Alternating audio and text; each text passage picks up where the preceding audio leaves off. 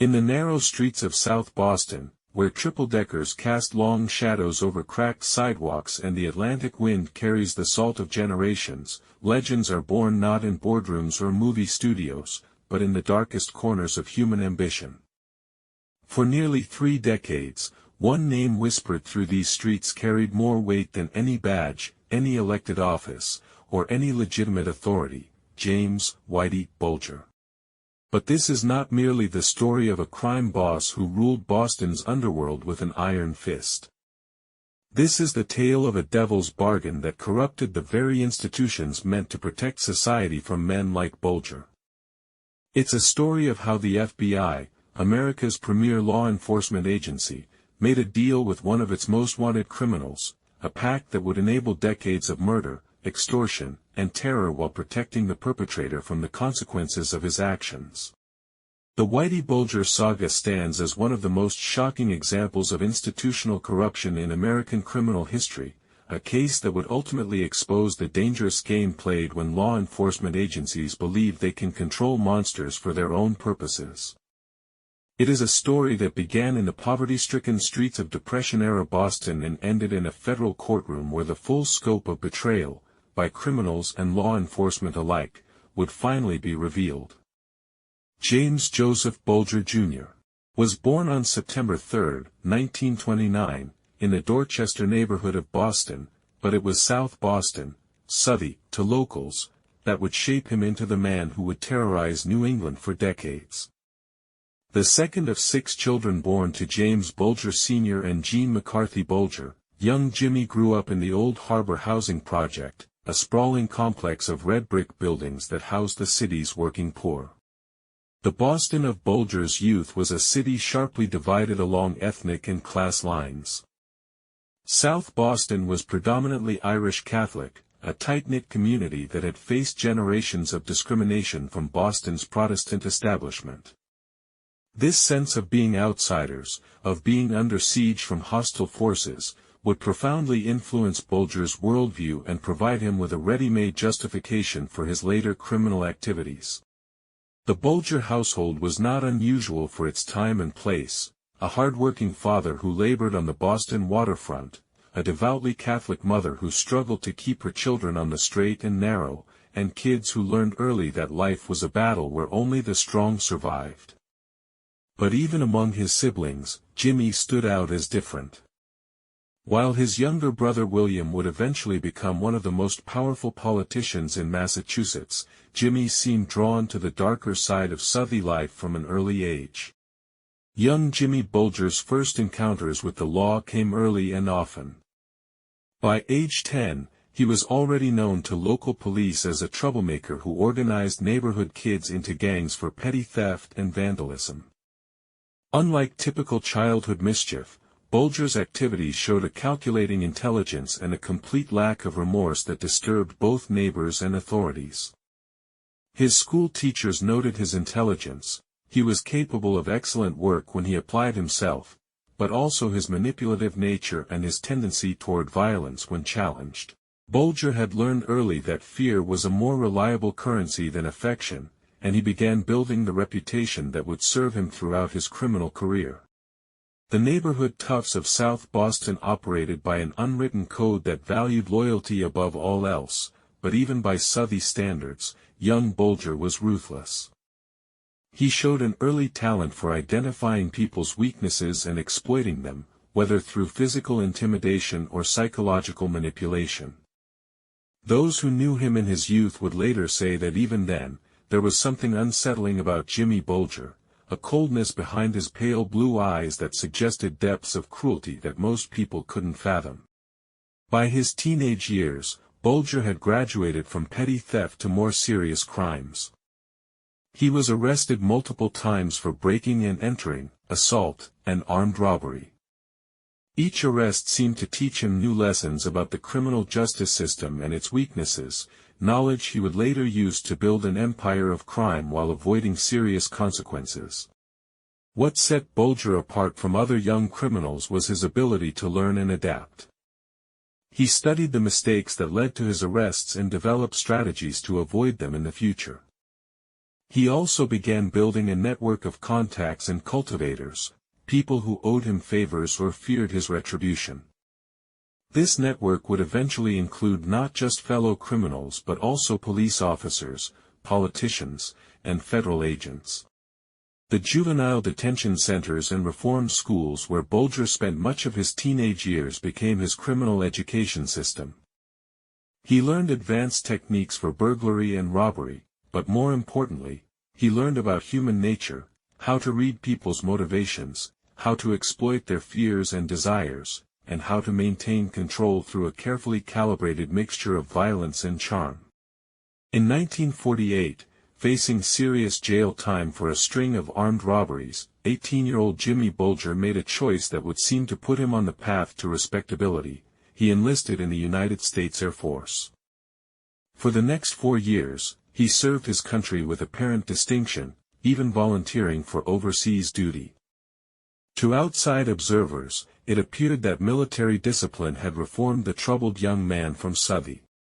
But those who knew Bulger well understood that his military service was simply another learning experience, another opportunity to study systems and hierarchies that he could later exploit. In the Air Force, he learned about organization, discipline, and the importance of intelligence, lessons that would prove invaluable when he returned to civilian life and began building his criminal empire. More ominously, Bulger's military service also provided him with advanced training in violence.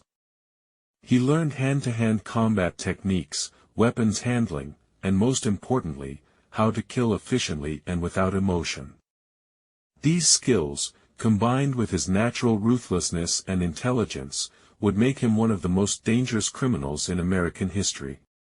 When Bulger returned to South Boston in 1952, neighbors and family members hoped that his military service had changed him. They were tragically wrong. If anything, his time in the Air Force had simply made him a more effective and dangerous criminal. Bulger's return to South Boston coincided with major changes in the city's criminal landscape. The traditional Irish gangs that had dominated Southie for generations were being challenged by Italian organized crime families, while law enforcement was becoming more sophisticated in its attempts to combat organized crime. It was into this volatile environment that the newly mature and militarily trained Jimmy Bulger stepped. Initially, Bulger attempted to go straight, taking a series of legitimate jobs including work as a janitor and later as a clerk. But the straight life held no appeal for someone with his ambitions and temperament. The money was too small, the work too mundane, and the respect too limited. Bulger had tasted power during his youth and had learned during his military service that he possessed skills that could make him very dangerous and very wealthy. Within months of his return, Bulger had assembled a crew of like-minded criminals and begun operating throughout South Boston. His early crimes included bank robberies, truck hijackings, and loan sharking, activities that brought him to the attention of both law enforcement and more established criminal organizations. But Bulger was no ordinary street criminal. He planned his operations with military precision, maintained strict operational security, and showed a willingness to use extreme violence against anyone who threatened his interests. Throughout the 1950s and early 1960s, Bulger's gang specialized in bank robberies, high-risk, high-reward crimes that required careful planning and nerves of steel. Bulger's military training served him well in these endeavors, as he approached each robbery like a military operation, complete with detailed reconnaissance, escape routes, and contingency plans. The gang's success rate was remarkable. They completed dozens of bank robberies throughout New England without a single member being killed or seriously wounded. This success was due partly to Bulger's meticulous planning, but also to his willingness to use overwhelming violence against anyone who resisted. Bank employees and customers quickly learned that compliance was their only chance of survival when Bulger's crew struck. But even as his reputation grew, Bulger was learning valuable lessons about the limitations of traditional criminal enterprises. Bank robberies, no matter how successful, were ultimately finite crimes, Once the money was stolen and spent, the criminals had to risk exposure by committing new crimes. Bulger began to envision a different kind of criminal enterprise, one that would provide steady, long-term income while minimizing exposure to law enforcement. In 1956, Bulger's luck finally ran out. He was arrested for bank robbery and sentenced to federal prison, first at Atlanta Federal Penitentiary and later at Alcatraz, the infamous island prison in San Francisco Bay. For most criminals, a federal prison sentence would be a devastating setback. For Bulger, it became an opportunity for advanced criminal education. At Atlanta and Alcatraz, Bulger was exposed to the most sophisticated criminals in America, men who had built criminal empires spanning multiple states and involving millions of dollars. He studied their methods, their organizational structures, and most importantly, their mistakes. He learned about the importance of corruption, the value of political connections, and the necessity of eliminating witnesses and competitors. The prison years also hardened Bulger physically and psychologically. He maintained his physical fitness through rigorous exercise and learned to survive in an environment where showing weakness could be fatal. He also participated in CIA-sponsored LSD experiments at Atlanta, experiences that may have further damaged his already questionable mental state but also gave him insights into psychological manipulation techniques. When Bulger was released from prison in 1965, he was a changed man. Gone was the impulsive young criminal who had relied primarily on violence and intimidation. In his place was a calculating, sophisticated criminal mastermind who understood that the key to long-term success lay not just in committing crimes but in corrupting the system designed to stop criminals. Upon his release, Bulger initially operated as an independent criminal, but he quickly realized that the Boston underworld had changed during his incarceration. The most successful criminal organization in the area was the Winter Hill Gang, based in nearby Somerville and led by Howie Winter and later by his lieutenant James "Buddy" McLean. The Winter Hill Gang was different from traditional Irish criminal organizations. Rather than focusing on specific neighborhoods or ethnic territories, they operated throughout the Boston metropolitan area and were involved in a diverse range of criminal activities including gambling, loan sharking, drug trafficking, and extortion. They also had something that Bulger recognized as crucial to long-term success: corruption within law enforcement. Bulger began as a junior partner in Winter Hill operations, but his intelligence, ruthlessness, and organizational skills quickly made him indispensable. He brought military precision to their operations and a level of violence that intimidated even hardened criminals. More importantly, he began developing relationships with law enforcement officers and federal agents, relationships that would eventually become the cornerstone of his criminal empire. One of the most significant relationships Bulger developed during his early years with the Winter Hill Gang was with Stephen, the rifleman, Flemmy, a fellow Boston criminal who would become his closest partner and most trusted lieutenant. Flemmy was already an established figure in Boston organized crime, with connections to both Irish and Italian criminal organizations. What made the Bulger-Flemmy partnership so effective was their complementary skills and contacts. Bulger brought tactical brilliance and organizational ability, while Flemmy contributed established relationships and a deep understanding of how different criminal organizations operated. Together, they began to envision a new kind of criminal empire, one that would transcend traditional ethnic and territorial boundaries. But perhaps most importantly, Flemmy introduced Bulger to the concept of becoming an FBI informant. Flemmy had been providing information to the FBI since the 1960s, and he convinced Bulger that this relationship could provide protection from prosecution while allowing them to eliminate their competitors. It was a seductive proposition, the ability to commit crimes while being protected by the very agency responsible for investigating those crimes. The decision to become an FBI informant would define the rest of Bulger's criminal career. It would make him virtually untouchable for decades while he built one of the most powerful and ruthless criminal organizations in American history. But it would also plant the seeds of his ultimate destruction, as the corruption it engendered would eventually become too extensive and too obvious to ignore. In 1975, FBI agent John Connolly approached Whitey Bulger with a proposition that would change the course of American criminal history. Connolly, himself a South Boston native who had known the Bulger family since childhood, offered Bulger protection from federal prosecution in exchange for information about Italian organized crime families operating in the Boston area. The timing of this approach was not coincidental. The FBI was under enormous pressure from Washington to make progress against La Cosa Nostra, the Italian-American organized crime families that had dominated headlines and congressional hearings throughout the 1960s and early 1970s. J. Edgar Hoover had long denied the existence of organized crime, but by the mid-1970s, this position was no longer tenable.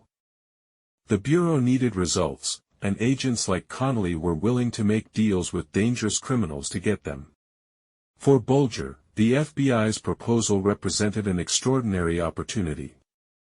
Not only would he be protected from prosecution for his own crimes, but he could use his FBI connection to eliminate his competitors and consolidate power throughout the Boston underworld. It was a deal that seemed too good to refuse, and one that revealed the fatal flaw in the FBI's strategy. The Bureau believed it could control Bulger, using him as a weapon against the Italian mob while keeping his own criminal activities within manageable bounds. This belief reflected a fundamental misunderstanding of Bulger's character and ambitions. He was not a small-time criminal who could be managed and controlled. He was an intelligent, ruthless predator who would use any advantage, including FBI protection, to build a criminal empire that would dwarf anything the Italian families had achieved.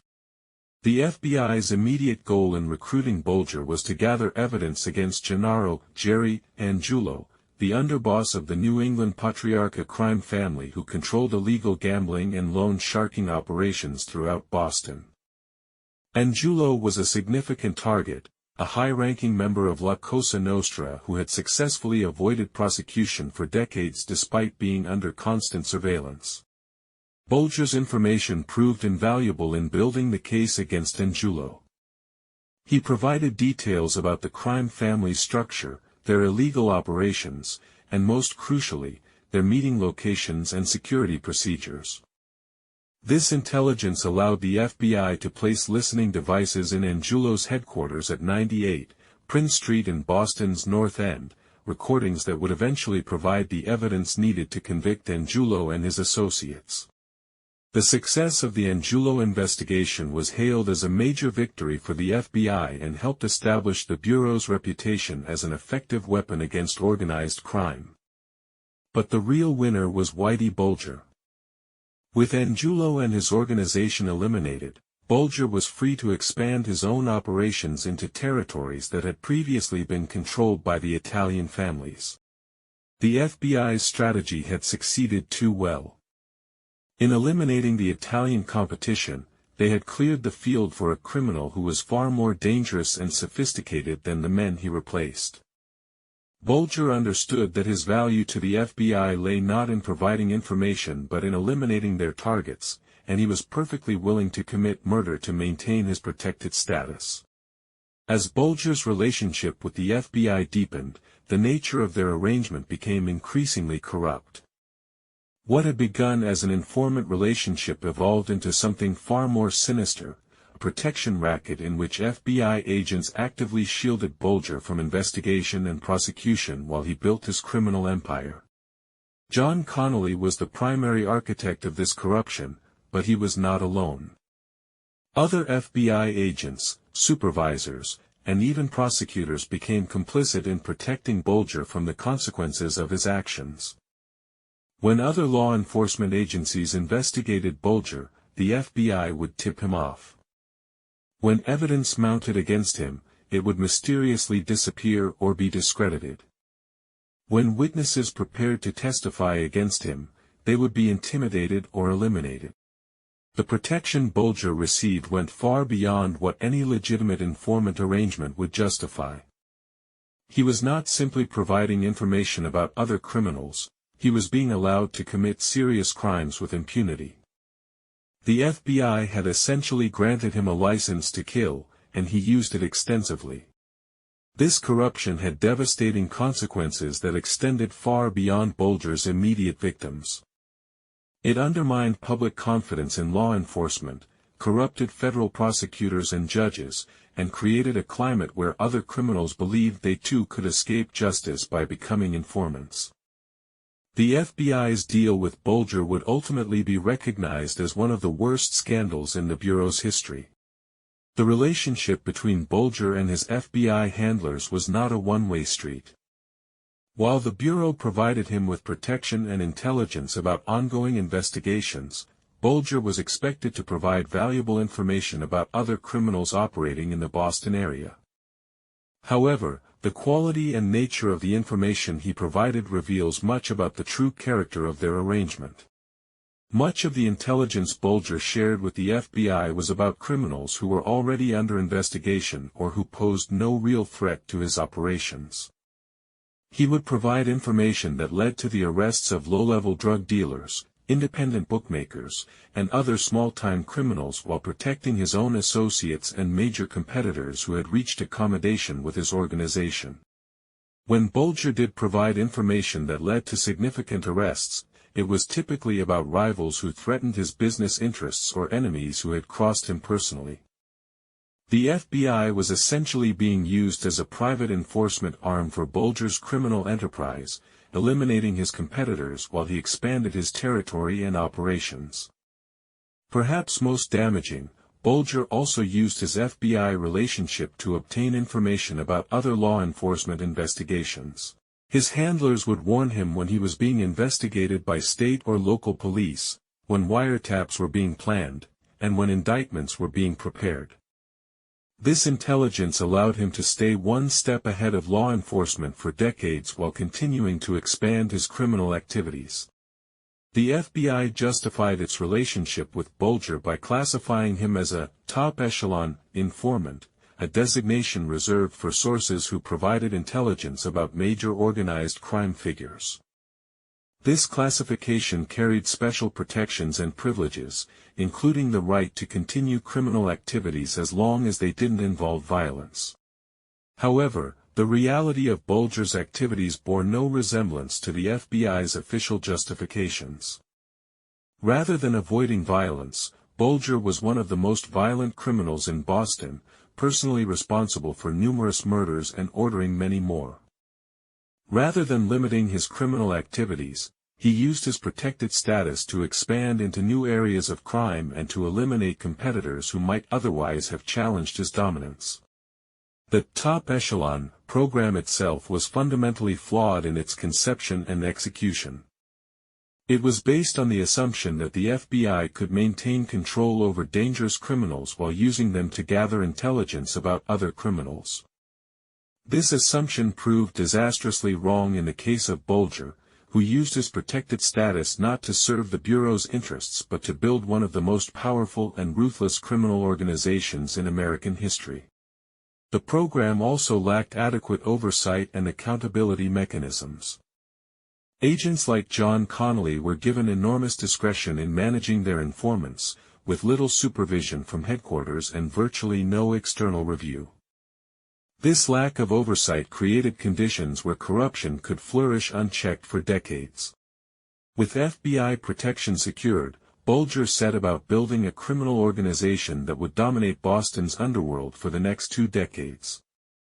His approach was methodical and ruthless, combining the organizational principles he had learned in the military with the street wisdom gained through decades of criminal activity.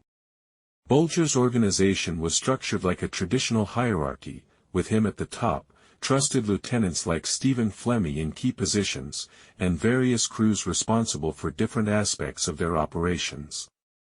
But unlike traditional organized crime families, Bulger's group was not bound by ethnic or territorial limitations. They recruited from all backgrounds and operated throughout New England and beyond. The foundation of Bulger's empire was fear. He established a reputation for extreme violence against anyone who challenged his authority or threatened his operations. This reputation was carefully cultivated through strategic displays of brutality that would be remembered and discussed throughout the criminal underworld. When Bulger killed, he made sure the message was clear: opposition would be met with swift and merciless retaliation. But fear alone was not enough to build a lasting criminal empire. Bulger also understood the importance of corruption, both within law enforcement and the legitimate business community. He systematically cultivated relationships with police officers, prosecutors, politicians, and business leaders who could provide protection, information, or opportunities for criminal enterprises. Violence was the cornerstone of Bulger's criminal empire, and he employed it with a calculating precision that terrorized both his enemies and his own associates. Unlike many criminals who resorted to violence only when necessary, Bulger seemed to view murder as a routine business tool, no different from any other aspect of criminal operations. Bulger's approach to murder was methodical and professional. He carefully planned each killing to maximize its psychological impact while minimizing the risk of detection. Victims were often tortured before being killed, not for information but to ensure that their deaths would serve as warnings to others who might consider crossing him. The bodies of Bulger's victims were often disposed of in ways designed to send specific messages. Some were left where they would be quickly discovered, serving as public warnings about the consequences of opposing him. Others disappeared entirely, creating uncertainty and fear among potential witnesses and rivals who could never be sure of their own safety. Perhaps most chillingly, Bulger seemed to derive personal satisfaction from his acts of violence. Associates who witnessed his killings described a man who appeared to enjoy the process of torturing and murdering his victims. This sadistic streak set him apart from other organized crime leaders who viewed violence as a necessary but unpleasant aspect of their business. Beyond murder, Bulger's primary criminal activities centered on extortion and protection rackets that generated steady, long-term income while expanding his control over legitimate businesses throughout Boston. His approach to extortion was sophisticated and comprehensive, targeting not just illegal enterprises but also legitimate businesses that could be intimidated or corrupted.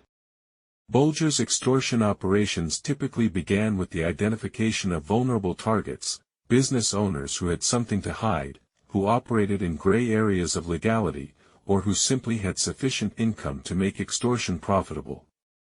He would then approach these targets with a carefully calibrated mixture of threat and opportunity, offering protection from other criminals while making it clear that refusal to pay would result in severe consequences. The protection Bulger offered was often genuine, as he would indeed protect his clients from other criminals and resolve disputes through violence or intimidation. This created a perverse form of legitimacy for his operations, as some business owners came to view their payments to Bulger as a form of insurance rather than extortion. Over time, Bulger's protection rackets evolved into more sophisticated forms of criminal enterprise. He began taking ownership stakes in the businesses he protected, using them to launder money from his illegal activities and to provide legitimate cover for his criminal operations. Some business owners became willing partners in his enterprises, profiting from their association with one of Boston's most powerful criminals. Although Bulger publicly claimed to oppose drug trafficking and even went so far as to murder drug dealers operating in South Boston, the reality was far more complex and hypocritical. While he may have restricted street-level drug sales in his immediate territory, Bulger was deeply involved in large-scale drug importation and distribution throughout New England. Bulger's drug operations focused primarily on cocaine and marijuana trafficking, with shipments arriving through Boston's ports and airports before being distributed throughout the region. His organization provided security, transportation, and money laundering services for major drug dealers while taking substantial percentages of their profits.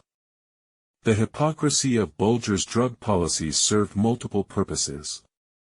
By restricting street-level sales in South Boston, He maintained his image as a community protector while eliminating competition for his own operations.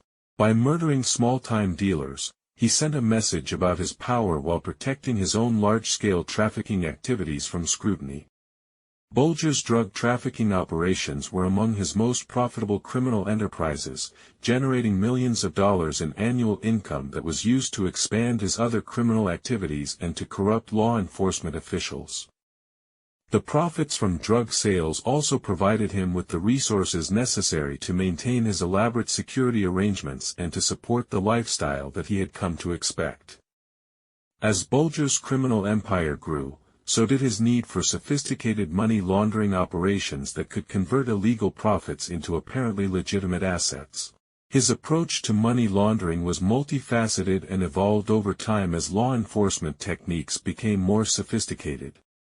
Initially, Bulger relied on traditional methods such as cash-intensive businesses and real estate investments to launder his criminal proceeds. He acquired interests in restaurants, bars, and other businesses that dealt primarily in cash, making it relatively easy to mix illegal profits with legitimate revenue. As his operations expanded, Bulger developed more sophisticated laundering techniques involving offshore accounts, shell corporations, and complex financial transactions designed to obscure the true source of his wealth. He worked with corrupt financial professionals who helped him move money through multiple jurisdictions and investment vehicles. Perhaps most brazenly, Bulger also used his FBI connections to launder money through legitimate channels.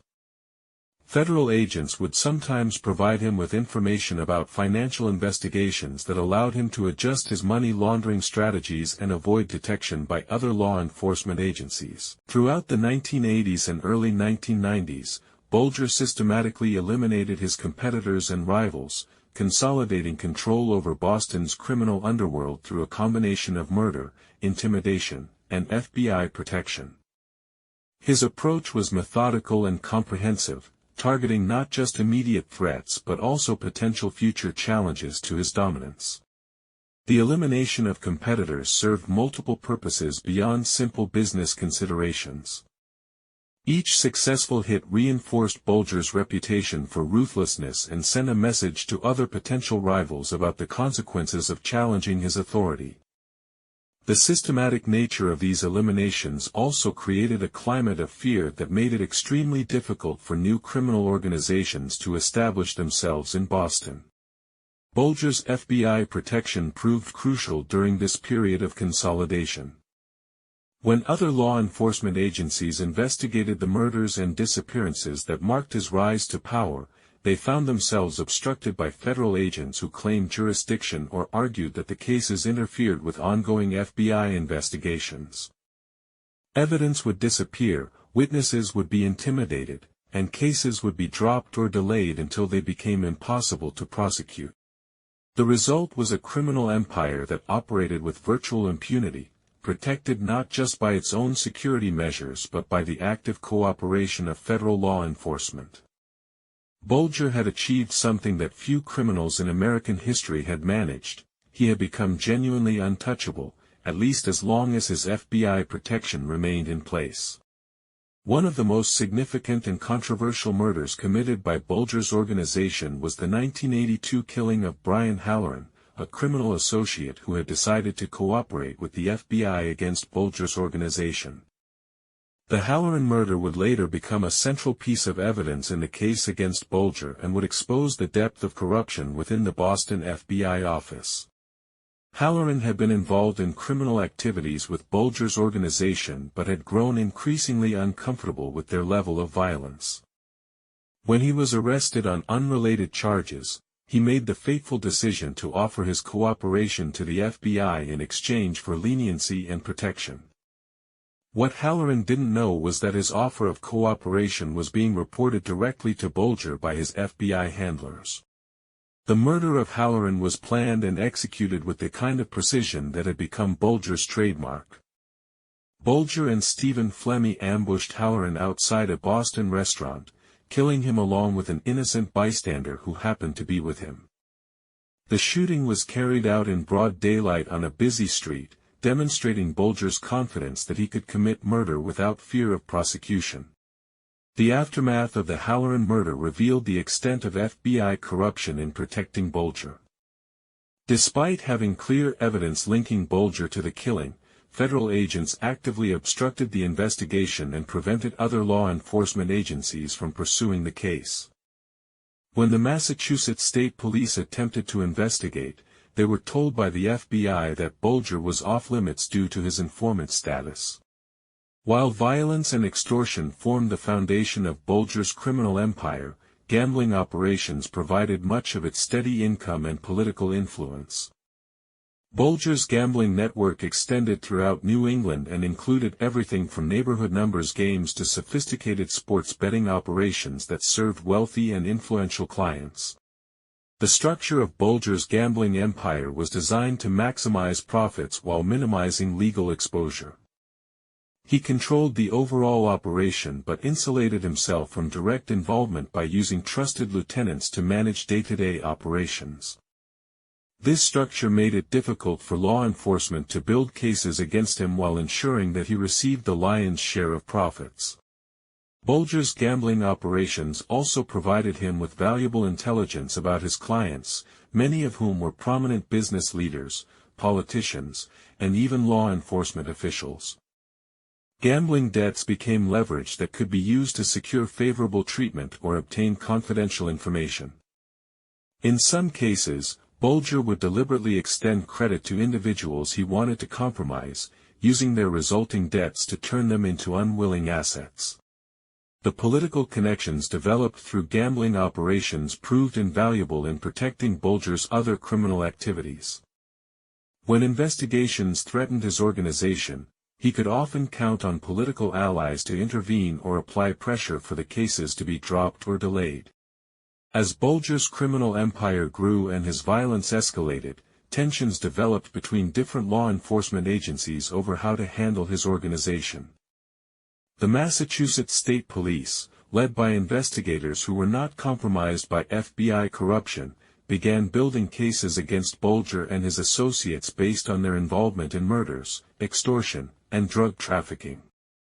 These investigations created a conflict within law enforcement that ultimately exposed the extent of FBI corruption in protecting Bulger.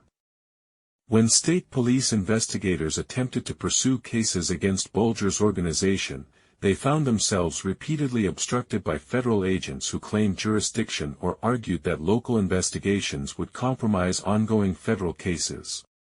The conflict escalated when state police investigators discovered that Bulger was an FBI informant and began to question whether this relationship was compromising their investigations. Their suspicions were confirmed when they learned that information from their own investigations was being leaked to Bulger, allowing him to stay one step ahead of law enforcement. The jurisdictional battles between state and federal agencies created a protective shield around Bulger that lasted for over a decade. While different agencies fought over territory and authority, Bulger continued to expand his criminal operations and eliminate his enemies with virtual impunity. Perhaps no aspect of Bulger's protection was more valuable than his connection to his younger brother William, who had become one of the most powerful politicians in Massachusetts. William Bulger served as president of the Massachusetts Senate from 1978 to 1996, wielding enormous influence over state law enforcement budgets and policies. While William Bulger consistently denied any knowledge of his brother's criminal activities, the relationship between the two brothers provided Whitey with significant political protection.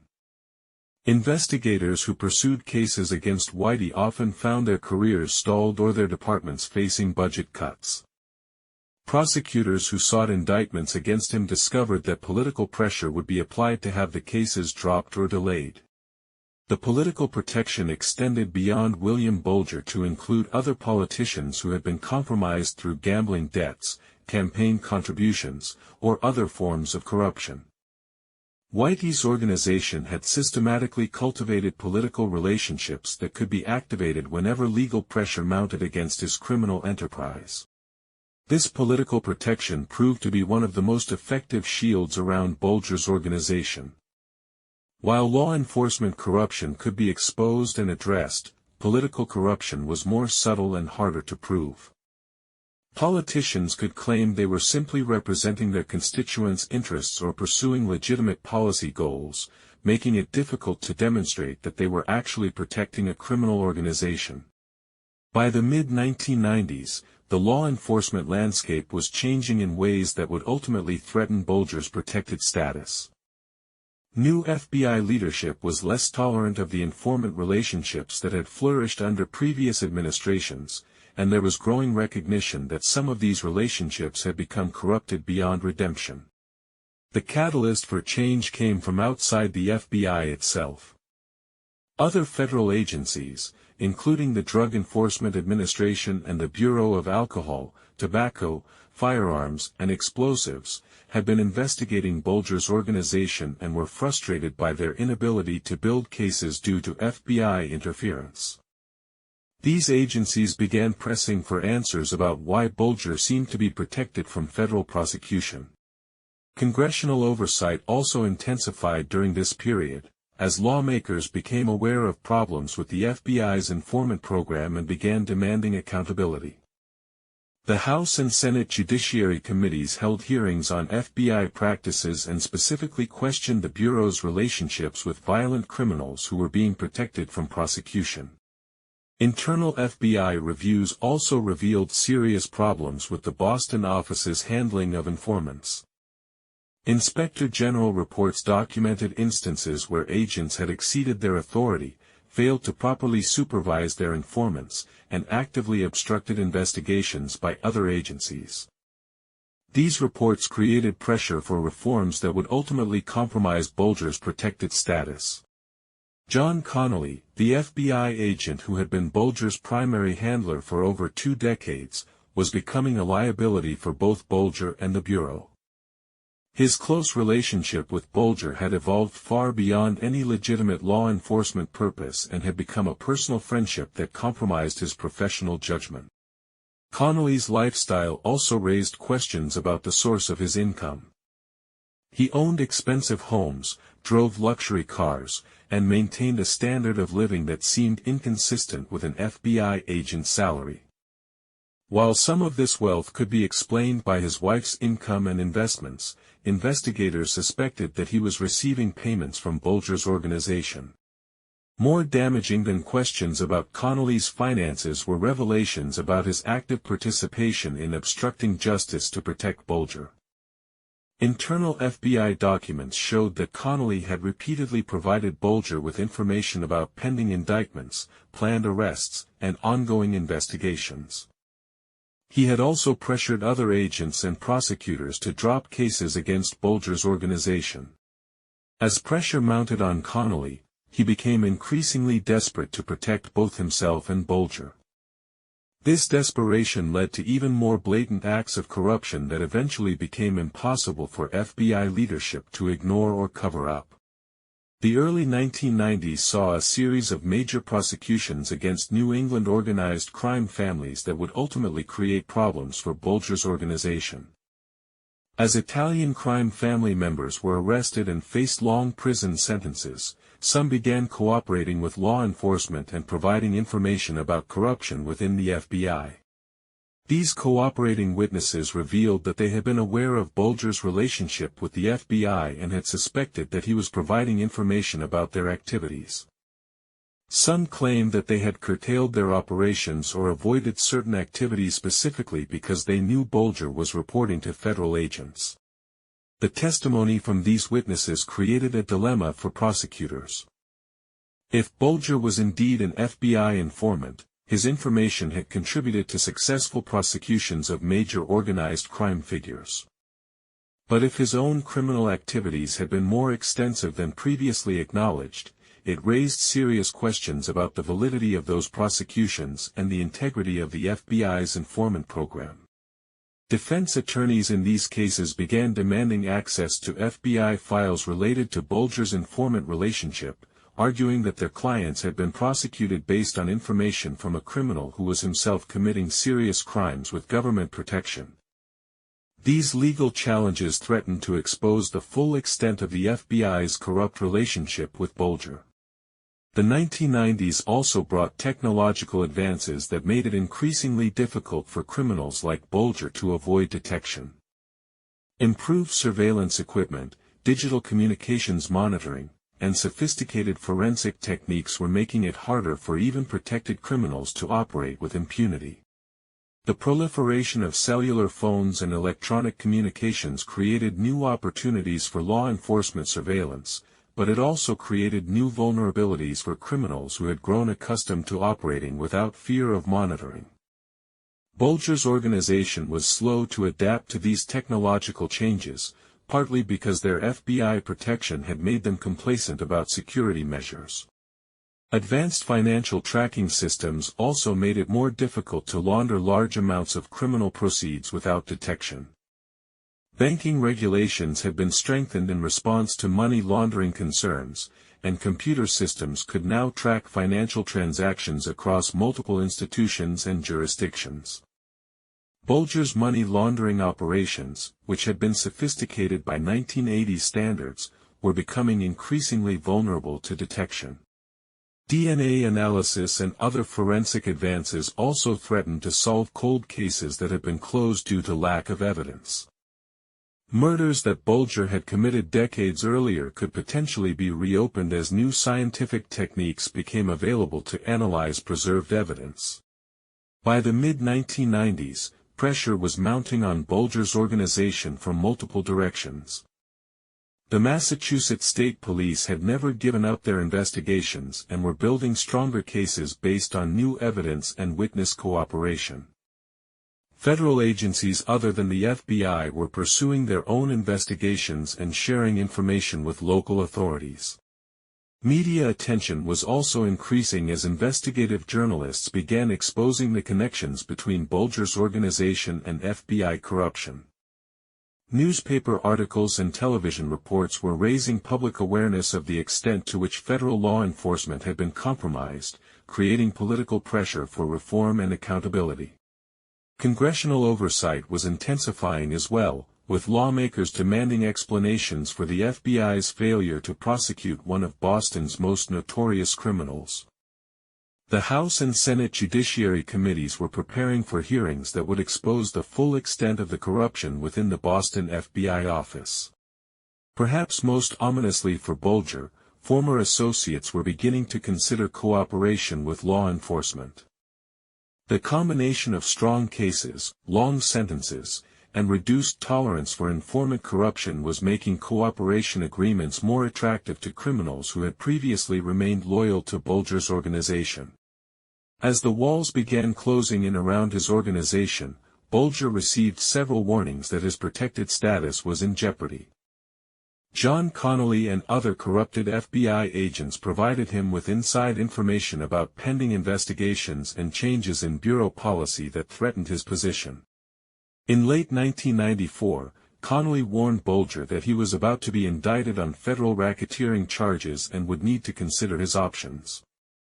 The indictment was part of a broader case against organized crime in Boston that could no longer be delayed or obstructed due to political and legal pressure.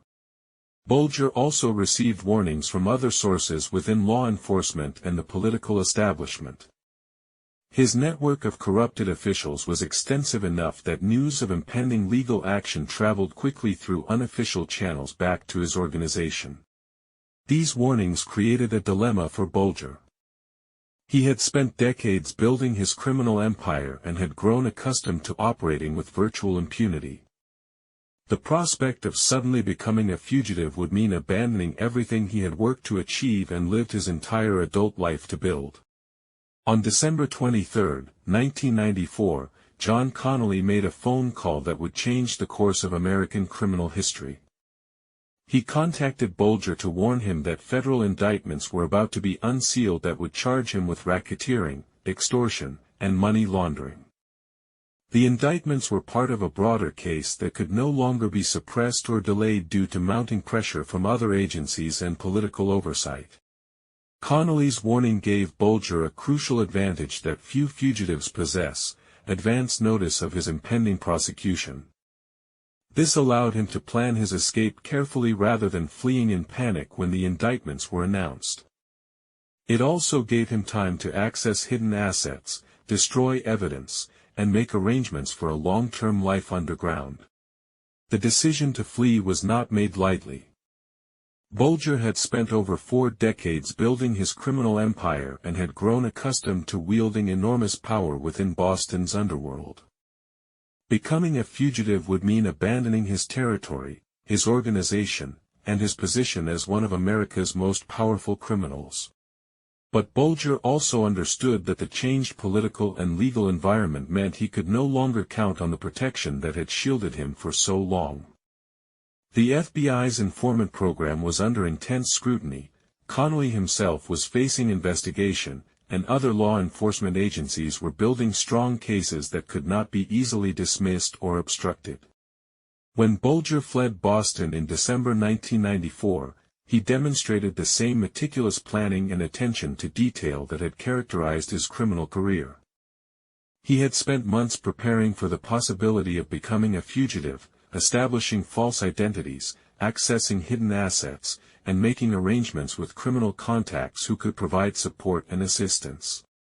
Bulger's escape was facilitated by his longtime girlfriend, Catherine Gregg, who abandoned her own life in Boston to join him in what would become a 16-year flight from justice. Their relationship had begun years earlier, and Gregg's loyalty to Bulger was absolute. She would prove to be an invaluable partner in maintaining their underground existence. The couple's initial movements were designed to throw off pursuit and establish their new identities. They traveled through multiple states using fake identification documents that had been prepared in advance, staying in motels and rental properties that were paid for with cash to avoid creating paper trails that could be traced by law enforcement. Within weeks of their flight, Bulger and Gregg had established themselves in a network of safe houses and support contacts that would sustain them for over a decade and a half. Their ability to remain hidden for so long was a testament both to their careful planning and to the extensive criminal network that Bulger had built during his decades in Boston. During his years as a fugitive, Bulger demonstrated remarkable discipline and operational security that allowed him to remain hidden despite being one of the FBI's most wanted criminals. He and Gregg lived modestly, avoiding the flashy lifestyle that had characterized his years as a crime boss and that might have attracted unwanted attention. The couple moved frequently, never staying in one location long enough to establish patterns that could be detected by law enforcement. They used multiple false identities and maintained strict operational security protocols that minimized their exposure to detection. Their communications with the outside world were limited and carefully controlled to avoid creating traces that could be followed. Bulger's years of experience in criminal operations served him well during his time as a fugitive. He understood surveillance techniques, counter-surveillance methods, and the importance of maintaining operational discipline even under stress. His military training also contributed to his ability to maintain security and discipline during the long years underground. Perhaps most importantly, Bulger had access to substantial financial resources that had been hidden during his criminal career. These assets allowed him and Gregg to maintain their underground existence without resorting to criminal activities that might have exposed them to capture. The FBI's search for Bulger became one of the longest and most intensive manhunts in the Bureau's history. He was added to the FBI's 10 most wanted fugitives list, where he would remain for over 16 years. The Bureau offered substantial rewards for information leading to his capture and pursued thousands of leads across multiple countries. The manhunt was complicated by the corruption that had enabled Bulger's criminal career. Some of the same agents and officials who had protected him during his criminal activities were now involved in the search for him, creating obvious conflicts of interest and questions about the integrity of the investigation. International cooperation was sought as investigators pursued leads suggesting that Bulger might have fled to Ireland, where he had distant family connections and where his notoriety might make him a sympathetic figure to some segments of the population. The search also extended to other countries where Bulger might have established safe havens during his criminal career. Despite the extensive resources devoted to the manhunt, Bulger's operational security and financial resources allowed him to stay ahead of his pursuers for over a decade and a half. His capture would ultimately result from a combination of advanced investigative techniques and a stroke of luck rather than traditional manhunt methods. While Bulger remained in hiding, the full extent of the corruption that had enabled his criminal career began to be exposed through congressional investigations, internal FBI reviews, and criminal prosecutions of corrupt agents. These revelations would ultimately cost the FBI and other government agencies hundreds of millions of dollars in civil settlements and would permanently damage public trust in federal law enforcement. John Connolly, Bulger's primary FBI handler, was eventually prosecuted and convicted on federal racketeering charges related to his corrupt relationship with Bulger. His conviction marked the first time in FBI history that an agent had been successfully prosecuted for his activities as a handler of organized crime informants. Other FBI agents and supervisors also faced discipline or prosecution for their roles in protecting Bulger and obstructing investigations into his criminal activities. The scandal reached into the highest levels of FBI management and raised serious questions about the Bureau's oversight and accountability mechanisms. The Department of Justice was forced to review hundreds of cases that might have been affected by FBI corruption in Boston, leading to the overturning of some convictions and the payment of substantial settlements to individuals who had been wrongfully prosecuted.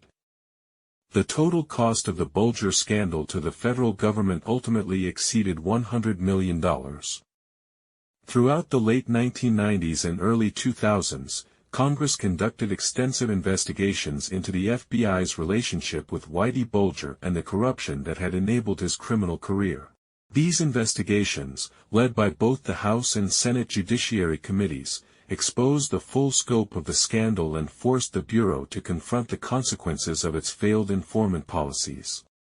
The congressional hearings featured dramatic testimony from FBI agents, prosecutors, and victims' families that revealed how deeply the corruption had penetrated federal law enforcement in Boston. Witnesses described a culture of secrecy and unaccountability that had allowed corrupt agents to operate with virtual impunity while protecting one of America's most dangerous criminals. Perhaps most memorably, the hearings featured testimony from William Bulger, Whitey's brother, who invoked his Fifth Amendment rights and refused to answer questions about his knowledge of his brother's criminal activities or his whereabouts as a fugitive. This testimony damaged William Bulger's reputation and ultimately forced him to resign from his position as president of the University of Massachusetts. The congressional investigations resulted in significant reforms to the FBI's informant program, including new oversight mechanisms, stricter guidelines for agent conduct, and improved accountability measures. These reforms were designed to prevent future corruption scandals, though critics argued that they came too late to undo the damage caused by the Bulger case. The exposure of FBI corruption in the Bulger case led to a wave of civil litigation by victims' families and individuals who had been wrongfully prosecuted based on corrupted evidence. These lawsuits sought not only monetary damages but also acknowledgement of the government's role in enabling Bulger's crimes and obstructing justice. The civil cases were particularly powerful because they allowed victims' families to tell their stories in public forums and to hold the government accountable for its role in their loved ones' deaths. Many of these families had spent years seeking justice, only to be told that their cases could not be pursued due to lack of evidence or jurisdictional issues.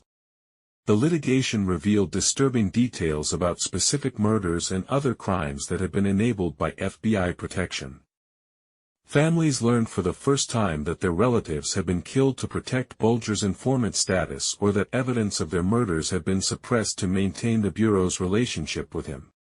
The federal government ultimately paid over $100 million in settlements to victims and their families, though no amount of money could compensate for the lives lost or the decades of suffering caused by the corruption. The settlements also included acknowledgments of wrongdoing that provided some measure of vindication for families who had been ignored or dismissed for years. Investigative journalists played a crucial role in exposing the full extent of the Bulger scandal and keeping public pressure on law enforcement agencies to pursue reforms and accountability. Newspapers like the Boston Globe and the Boston Herald published detailed exposés that revealed specific instances of corruption and cover-ups. Books by journalists and investigators provided comprehensive accounts of Bulger's criminal career and the FBI corruption that enabled it. These works helped educate the public about the scope of the scandal and the institutional failures that had allowed it to occur. Television documentaries and news programs also contributed to public awareness of the case, often featuring interviews with victims' families and former law enforcement officials who had been involved in the investigations. This media attention helped maintain political pressure for reforms and accountability. The media coverage was not without controversy, as some critics argued that it sensationalized Bulger's crimes and contributed to his notoriety. However, most observers agreed that investigative journalism had played a crucial role in exposing corruption that might otherwise have remained hidden. Despite the extensive resources devoted to capturing Bulger, the manhunt continued for over 16 years with few concrete leads or credible sightings. The FBI pursued thousands of tips and followed leads to multiple countries, but Bulger's operational security and financial resources allowed him to remain hidden. The search was complicated by false sightings and hoax reports that consumed valuable investigative resources while providing no real information about Bulger's location. Some of these false reports may have been deliberately planted to misdirect the investigation, while others were simply cases of mistaken identity or wishful thinking by individuals hoping to claim reward money. Advances in technology gradually improved the Bureau's ability to track fugitives, but Bulger's experience and discipline allowed him to adapt to new investigative techniques. He avoided using technologies that could be traced, maintained strict operational security, and limited his communications with the outside world. The length of the manhunt began to raise questions about the FBI's effectiveness and competence. Critics argued that the same corruption that had enabled Bulger's criminal career was now hampering efforts to capture him, while supporters maintained that his extensive planning and resources made him uniquely difficult to locate. As the manhunt for Bulger continued into the 21st century, technological advances began to provide new tools for tracking fugitives and analyzing evidence. Digital surveillance techniques, advanced communications monitoring, and improved financial tracking systems all contributed to the FBI's capabilities. Social media and internet communications created new vulnerabilities for fugitives who had grown accustomed to operating in a pre-digital world. While Bulger was careful to avoid these technologies, his associates and contacts might not have been as disciplined, potentially creating traces that could be followed back to him. Advances in forensic science also provided new opportunities to solve cold cases related to Bulger's criminal career. DNA analysis, improved ballistics testing, and other scientific techniques allowed investigators to develop new evidence in murders and other crimes that had occurred decades earlier. The globalization of financial systems and the improvement of international law enforcement cooperation also made it more difficult for fugitives to move money and establish new identities in foreign countries. These developments gradually reduced the number of safe havens available to long-term fugitives like Bulger. After 16 years on the run, Bulger's remarkable ability to evade capture finally came to an end through a combination of improved investigative techniques and a stroke of luck. In June 2011, the FBI received a tip from a former Miss Iceland who recognized Catherine Gregg from a publicity campaign that had focused on finding Bulger's longtime girlfriend. The tip came from Anna Bjornsdottir, who had seen a public service announcement about Gregg during a visit to the United States. The FBI had changed its strategy to focus on Gregg, reasoning that she might be less careful about her appearance and behavior than Bulger himself. This strategy proved to be exactly the breakthrough that investigators needed. The tip led FBI agents to a modest apartment building in Santa Monica, California, where Bulger and Greg had been living under false identities. Their neighbors knew them as Charles and Carol Gasco, an elderly couple who kept to themselves and seemed to live quiet, unremarkable lives. The capture operation was planned carefully to minimize the risk of violence or flight.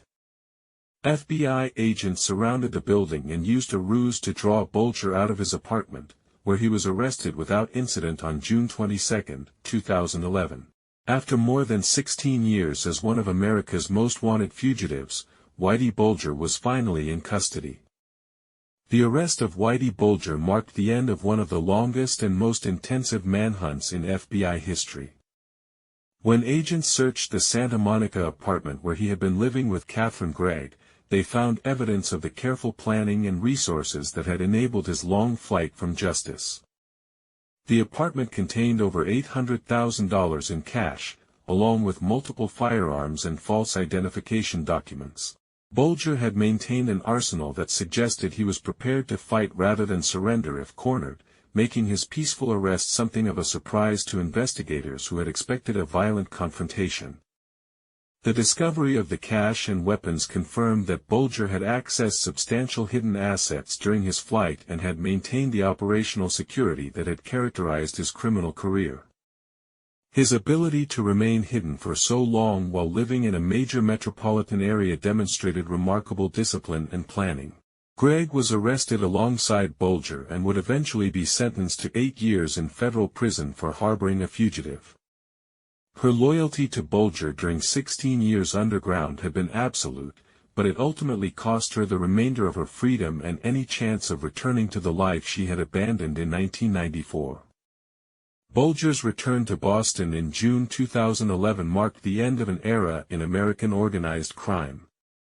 The man who had once ruled Boston's underworld with an iron fist was now an 81-year-old federal prisoner facing charges that could result in life imprisonment or even execution. The media attention surrounding his return was intense, with news crews and spectators gathered outside the federal courthouse where he made his initial appearance. For many Boston residents, Bulger's capture represented the end of a dark chapter in their city's history, though the full reckoning for his crimes was still to come. Bulger's appearance in court shocked those who remembered him as a powerful and intimidating figure. Age and years of hiding had taken their toll, and the man who had once inspired fear throughout Boston's criminal underworld appeared frail and diminished. The charges against Bulger were extensive and serious, including racketeering, extortion, money laundering, and multiple counts of murder. Federal prosecutors had spent years building their case, and they were confident that they finally had the evidence needed to convict one of America's most notorious criminals. The preparation for Bulger's trial was one of the most complex and extensive criminal prosecutions in federal court history. Prosecutors had to organize evidence spanning nearly 4 decades of criminal activity, including murders, extortion schemes, drug trafficking operations, and extensive corruption of law enforcement officials. The case was complicated by the involvement of FBI corruption and the need to address Bulger's claims that he had been authorized to commit crimes as part of his informant relationship. Defense attorneys argued that Bulger had been given immunity from prosecution in exchange for his cooperation with federal agents. Hundreds of potential witnesses were interviewed, many of whom had been afraid to come forward during Bulger's years of power but were now willing to testify against him. These witnesses included former associates, victims of his crimes, law enforcement officials, and family members of murder victims. The prosecution team faced the challenge of presenting a coherent narrative that encompassed decades of criminal activity while addressing complex legal issues related to informant relationships and government corruption. The case would ultimately become one of the most significant organized crime prosecutions in American history. One of the most controversial aspects of Bulger's defense was his claim that he had been granted immunity from prosecution by federal agents in exchange for his cooperation as an informant. This claim struck at the heart of the corruption scandal that had enabled his criminal career and raised fundamental questions about the limits of government authority. Bulger's attorneys argued that FBI agents, particularly John Connolly, had explicitly promised him that he would not be prosecuted for his criminal activities as long as he continued providing information about other criminals. They claimed that this immunity agreement was legally binding and should prevent his prosecution. Prosecutors vigorously disputed this claim, arguing that no government official had the authority to grant blanket immunity for serious crimes like murder and that any such agreement would be invalid as a matter of law. They maintained that Bulger's relationship with the FBI was that of an informant, not an authorized law enforcement agent. The immunity issue highlighted the broader problems with the FBI's informant program and raised troubling questions about accountability and oversight. If agents could indeed grant immunity for serious crimes, it suggested a level of corruption and lawlessness that went to the very heart of the justice system. In June 2013, nearly 2 years after his capture, James Whitey Bulger finally faced trial in federal court in Boston. The proceedings, which would last over 2 months, represented the culmination of decades of investigation and would finally expose the full extent of his criminal empire and the corruption that had protected it. The trial attracted intense media attention from around the world, with journalists, legal experts, and ordinary citizens packed into the federal courthouse to witness the prosecution of one of America's most notorious criminals. For many Boston residents, the trial represented their first opportunity to hear the full truth about crimes that had terrorized their community for decades. The prosecution's case was methodical and comprehensive, presenting evidence of Bulger's involvement in 19 murders along with extensive racketeering activities including extortion, drug trafficking, and money laundering. Prosecutors painted a picture of a ruthless criminal organization that had operated with virtual impunity due to FBI corruption. The defense strategy focused primarily on challenging the prosecution's evidence and attempting to portray Bulger as a victim of government corruption rather than a criminal mastermind. Defense attorneys argued that he had been unfairly targeted and that his prosecution was tainted by the FBI's corrupt relationship with him. The trial featured dramatic testimony from dozens of witnesses, including former associates of Bulger who provided detailed accounts of murders, extortion schemes, and other criminal activities. Many of these witnesses had been afraid to come forward during Bulger's years of power but were now willing to testify under federal protection. Perhaps the most compelling testimony came from family members of murder victims, who described the devastating impact of losing loved ones and their years of seeking justice. Their emotional accounts provided a human dimension to the case that went beyond legal technicalities and statistical evidence. Former FBI agents also testified about the corruption within the Boston office and their attempts to investigate Bulger's criminal activities despite obstruction from their own colleagues. Their testimony revealed the extent to which the Bureau's informant program had been compromised and corrupted. Bulger himself chose not to testify in his own defense, a decision that disappointed many observers who had hoped to hear his own account of his criminal career and his relationship with the FBI. His silence meant that many questions about his motivations and methods would remain unanswered. On August 12, 2013, after 5 days of deliberation, the jury returned guilty verdicts on 31 of 32 counts against Whitey Bulger, including racketeering and involvement in 11 murders. The verdicts represented a complete victory for prosecutors and provided some measure of justice for victims and their families who had waited decades for accountability. The jury found that Bulger had been involved in a criminal enterprise that engaged in murder, extortion, drug trafficking, and money laundering over a period of nearly 3 decades. They also found that he had personally participated in or ordered multiple murders, including the killings of women and individuals who had been cooperating with law enforcement.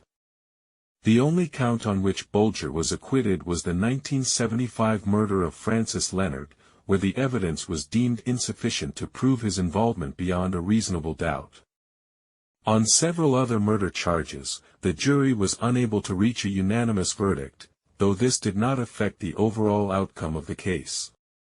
The verdicts were met with satisfaction by prosecutors and victims' families, who felt that justice had finally been served after decades of frustration and delay. However, many observers noted that the convictions, while important, could not undo the damage caused by years of corruption and violence.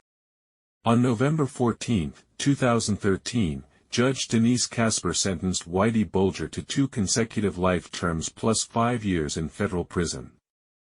The sentence ensured that Bulger, who was 84 years old at the time, would spend the remainder of his life behind bars without any possibility of parole. During the sentencing hearing, family members of Bulger's victims were given the opportunity to address the court and to confront the man who had destroyed their lives.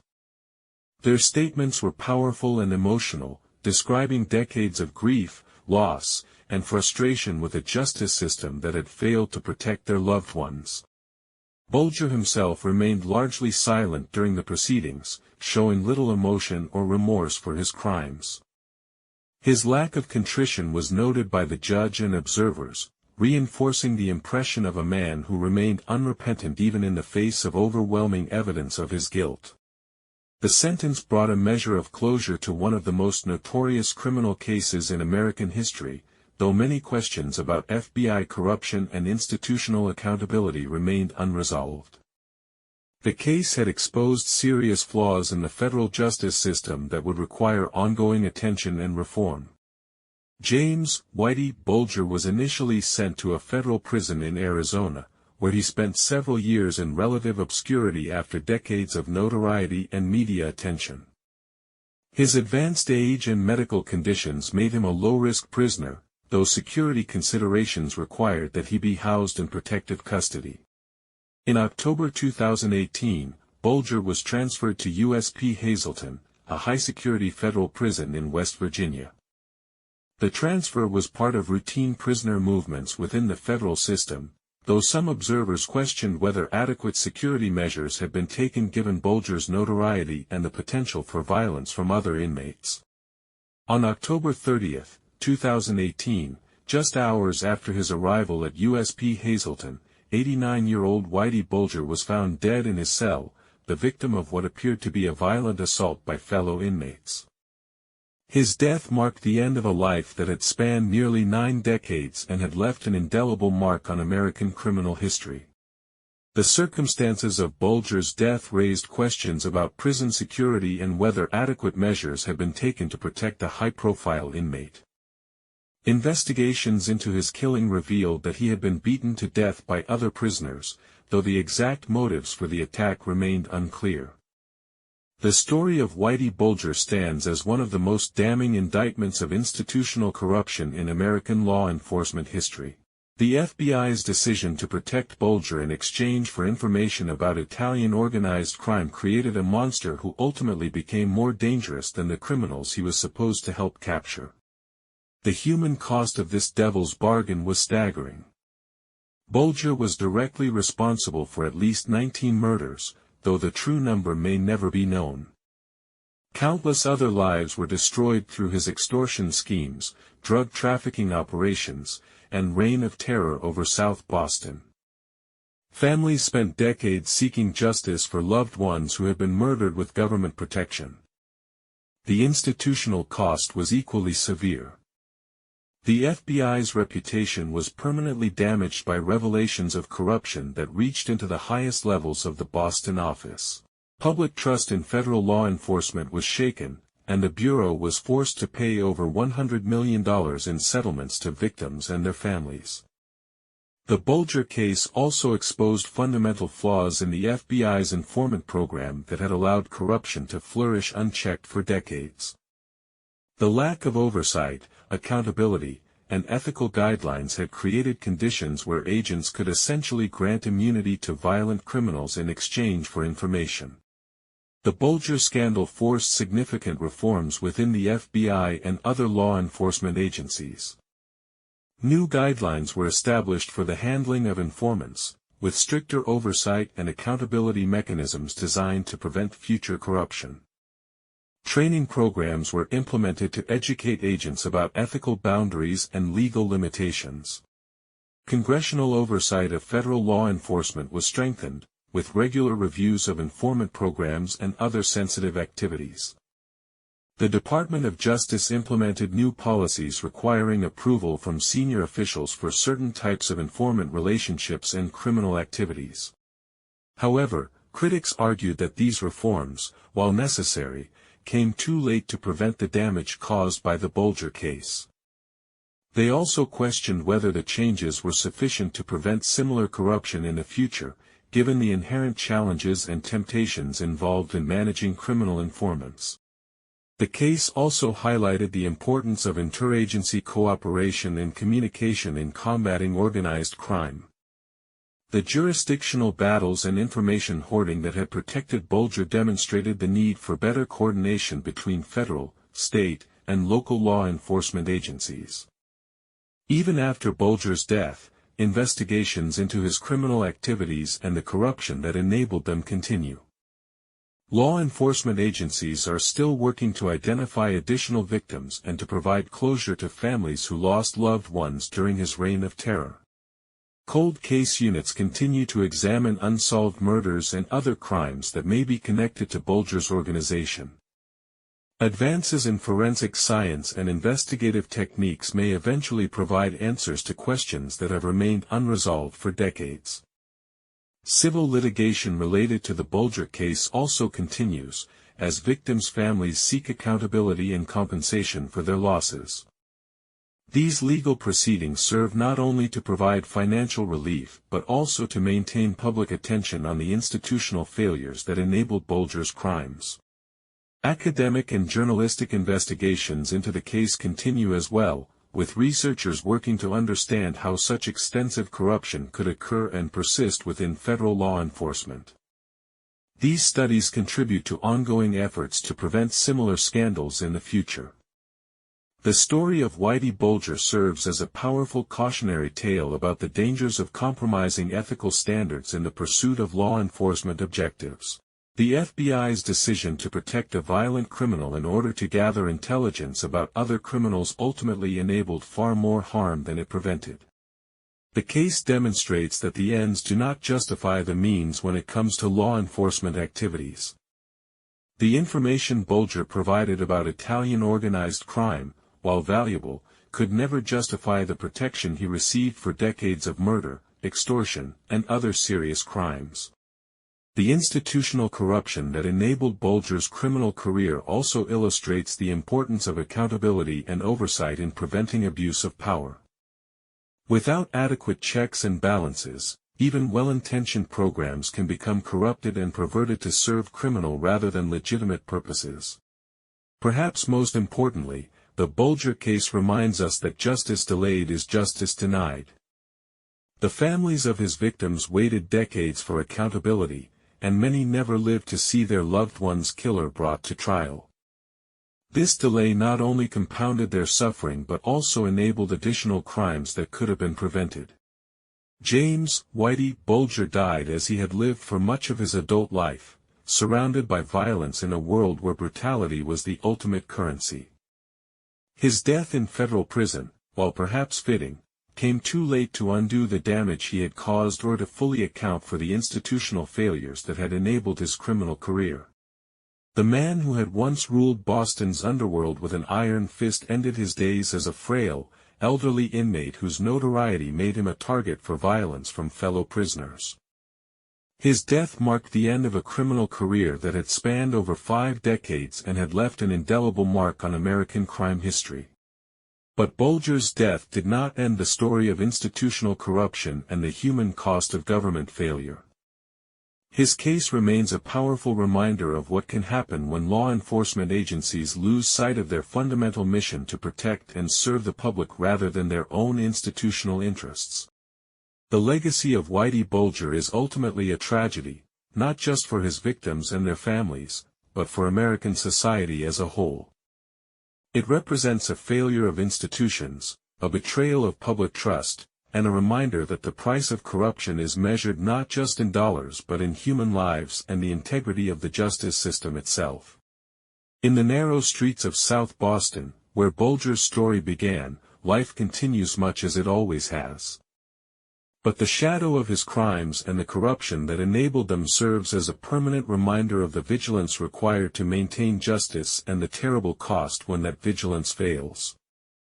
The devil's bargain that created the Whitey Bulger scandal must never be repeated, lest other monsters be unleashed upon society with the protection of those sworn to stop them.